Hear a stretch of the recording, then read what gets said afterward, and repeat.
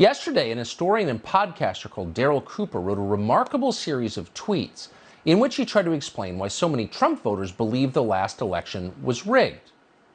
Really smart. He crystallized it. We'd like to read some of it now. Quote, "Here are the facts, actual confirmed facts that shape the perspective of Trump voters. The FBI spied on the 2016 Trump campaign using evidence manufactured by the Clinton campaign. We now know that all involved knew it was fake from day one. The voters this was aimed at are Tea Party people, the type who give their kids a pocket constitution for their birthday and have founding fathers memes in their bios. The intel community spying on a presidential campaign using fake evidence, including forged documents, is a big deal to them.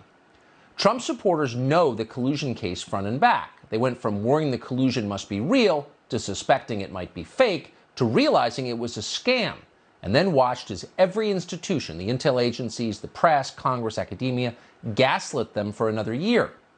Worse, collusion was used to scare away good people from working in the Trump administration. They knew their entire lives would be investigated. Many quit because they were being bankrupted by legal fees. The DOJ, the press, and the government destroyed lives and actively subverted an elected administration. This is where people whose political identity was largely defined by a naive belief in what they learned in civics class began to see the outline of a regime that had crossed all institutional boundaries. That regime stepped out of the shadows to unite against an interloper, Donald Trump. A lot of Trump supporters understand this regime is not partisan. They know that the same institutions would have taken opposite sides if it was a Tulsi Gabbard versus Jeb Bush election.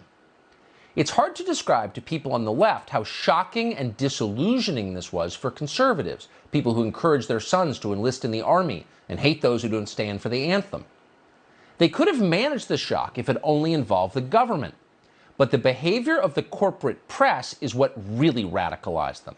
They hate journalists more than they hate any politician or government official because they feel most betrayed by them.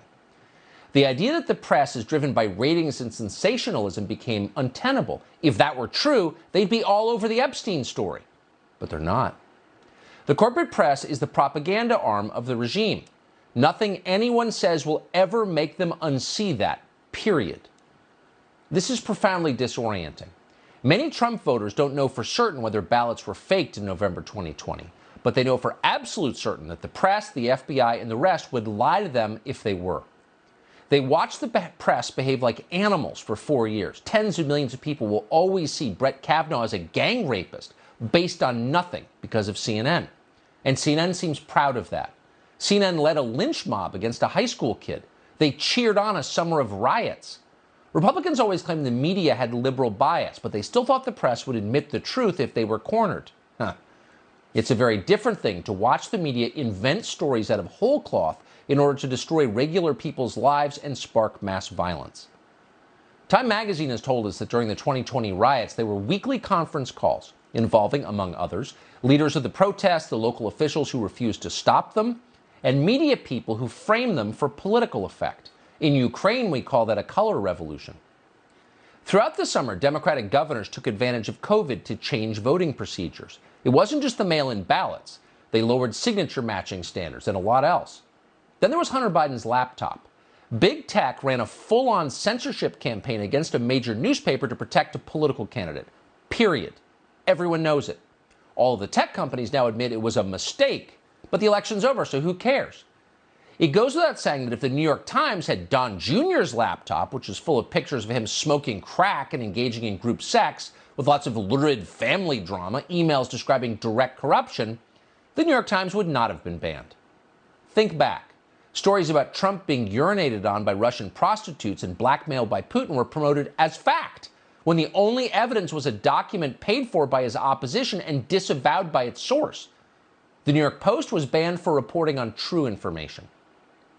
The reaction of Trump people to all of this was not, no fair.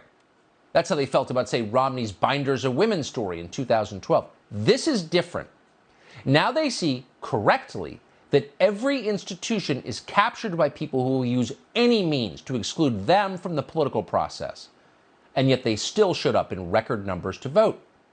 Trump got 13 million more votes than he did in 2016. He got 10 million more than Clinton got. As election night dragged on, his voters allowed themselves some hope. But when the 4 critical swing states, and only those states, went dark at midnight, they knew. Over the ensuing weeks, they got shuffled around by grifters and media scam artists selling them conspiracy theories.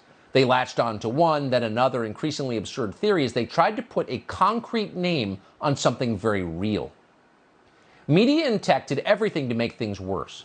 Everything about the election was strange: the changes to procedure, unprecedented mail-in voting, the delays, etc. But rather than admit that and make everything transparent, they banned discussion of it, even in direct messages.